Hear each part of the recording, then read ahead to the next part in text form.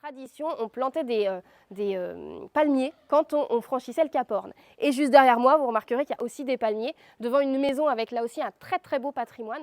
1000 ans d'histoire, des Vikings à la fin du 19e siècle en 45 minutes chrono, casse-croûte à la main. C'est un des formats de visite proposés à Montaigu-Vendée pour la première fois par la commission Culture et Tourisme de la communauté d'agglomération, l'occasion de découvrir enfin la fameuse digue. Tout le monde la connaît, tout le monde connaît Montaigu pour la chanson.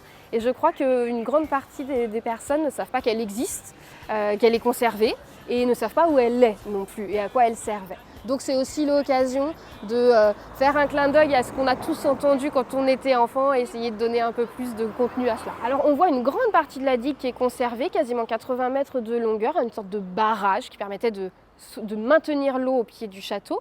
Cette digue aujourd'hui elle est bréchée, c'est comme ça que l'on dit, c'est-à-dire qu'elle a été coupée en deux pour permettre d'évacuer l'eau en fait.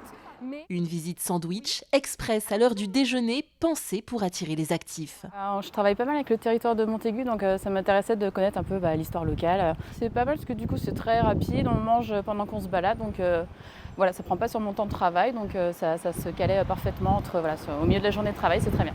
Outre des visites plus classiques de Montaigu en journée ou en soirée, il sera possible de découvrir le vieux bourg de Roche-Servière au Flambeau ou de faire une mini-randonnée au sein du patrimoine industriel de Cugand. Une année test pour des visites non plus uniquement à destination des touristes, mais de plus en plus vers les actifs, locaux et notamment les nouveaux arrivants.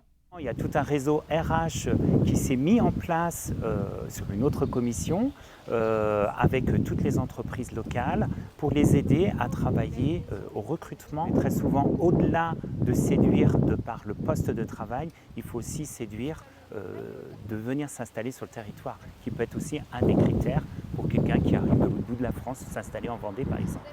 Programme et réservation de ces visites animés par Pauline Retailleau sur le site internet de l'Office de tourisme Terre de Montaigu.